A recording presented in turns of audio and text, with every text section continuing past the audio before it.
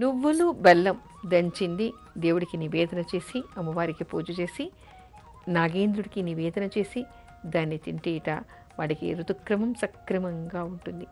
ఎప్పటి వరకు తినాలి? మళ్ళీ ఋతుక్రమం వచ్చే వరకు తినాలి. ఆ తర్వాత మళ్ళీ 5-6 రోజులు మానేయాలి. ఆ తర్వాత మళ్ళీ సక్రమంగా తింటూ ఉండాలి. ఇలా తింటే ఒక 2-3 నెలలు తినేసరికి వాడికి ఋతుక్రమం సక్రమంగా నెలసరి సక్రమంగా వస్తుందన్నమాట. ఈ పండగలో మనకి ఏం కనిపిస్తోంది? ఇక్కడ మనకి ఉల్లిపాయ పులుసు, గోంగూర పచ్చడి. గోంగూర శరీరంలో ఉష్ణాన్ని పుట్టిస్తూ ఉంటుంది. ఆ తర్వాత ఉల్లిపాయ ఏం చేస్తుందంటే ఈ ఉష్ణాన్ని పుట్టించిన తర్వాత ఆ ఉష్ణం వల్ల మనకి మళ్ళీ ఇంకేమీ ఇబ్బందులు రాకుండా ఉండడానికి సమతుల్యం చేయడానికి ఉల్లిపాయ చలవపరుస్తుంది. అందుకే సాధారణంగా చాలామంది ఏం చేస్తుంటారు, గోంగూర పచ్చడితో పాటు పచ్చి ఉల్లిపాయను తింటూ ఉంటారు. ఇవన్నీ సమతుల్యం చేయడం కోసం అని చెప్పేసి పెరగన్నం పెడుతూ ఉంటారు. అన్నిటికంటే ముఖ్యంగా ఇక్కడ కనిపించేది ఏమిటంటే మనం చిమ్మిలి తినటం, చలిమిడి తినటం, పులగం తినటం, ఆవిరి కుడుములు తినటం. ఇలా తినటం ఎందుకు అంటే ఆవిరి కుడుములు తినటం వల్ల బాగా పుష్టిని ఇస్తుంది. అది పులగం తినటం వల్ల శరీరంలో మేహశాంతి చేస్తుంది. చిమ్మిలి తినటం వల్ల మనకి ఋతుక్రమం సక్రమంగా వస్తుంది.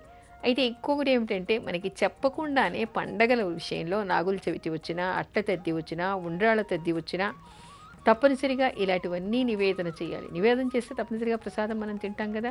ఆ ప్రసాదం మనం తినటం వల్ల తప్పనిసరి అయి తినటం వల్ల వీళ్ళందరికీ ఏమిటంటే చిన్ని దోషాలు ఏమున్నా కూడా బెంబేలు పడకుండా, కంగారు పడకుండా వాటంతా అవే సహజ సిద్ధంగా సర్దుకుపోతాయి అన్నమాట. ఈ రోజుల్లో కూడా ఏమిటంటే అందరూ బయటికి వెడుతున్నప్పటికీ కూడా మెకానికల్ లైఫ్ అయిపోయింది. ఆడటం, హాయిగా మనసారా సంతోషించడం అనేటువంటిది కనిపించటం లేదు. పబ్బుల్లోకి వెడుతున్నా కూడా ఒక మత్తు పదార్థాలకి లోనై ఉంటున్నారు తప్ప మానసిక ఆనందం కానీ ప్రశాంతత కానీ అక్కడ ఉండటం లేదు.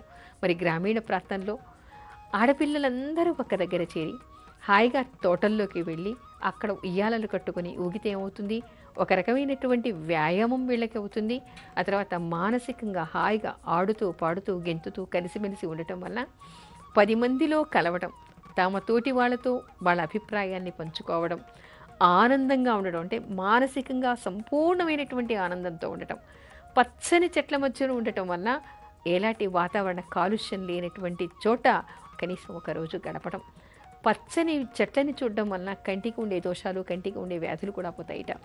మనస్సు ప్రశాంతపడుతుందట, ఆహ్లాదకరంగా తయారవుతుంది, మానసికంగా హాయిగా ప్రశాంతపడతారు, ఉత్సాహం వచ్చేస్తుంది ఆడపిల్లల్లో. ఇదే కదా మనకి కావాల్సింది. అందరికీ కావాల్సింది ఏమిటి? ఆరోగ్యం ఎప్పుడు బాగుంటుందో, మానసికంగా ఎప్పుడు మనం బాగుంటామో, ఎప్పుడు మనం సంతోషిస్తామో, మనసు నిండుగా ఎప్పుడు సంతోషిస్తామో అప్పుడు మనకి అనారోగ్యాలన్నీ పోతాయి.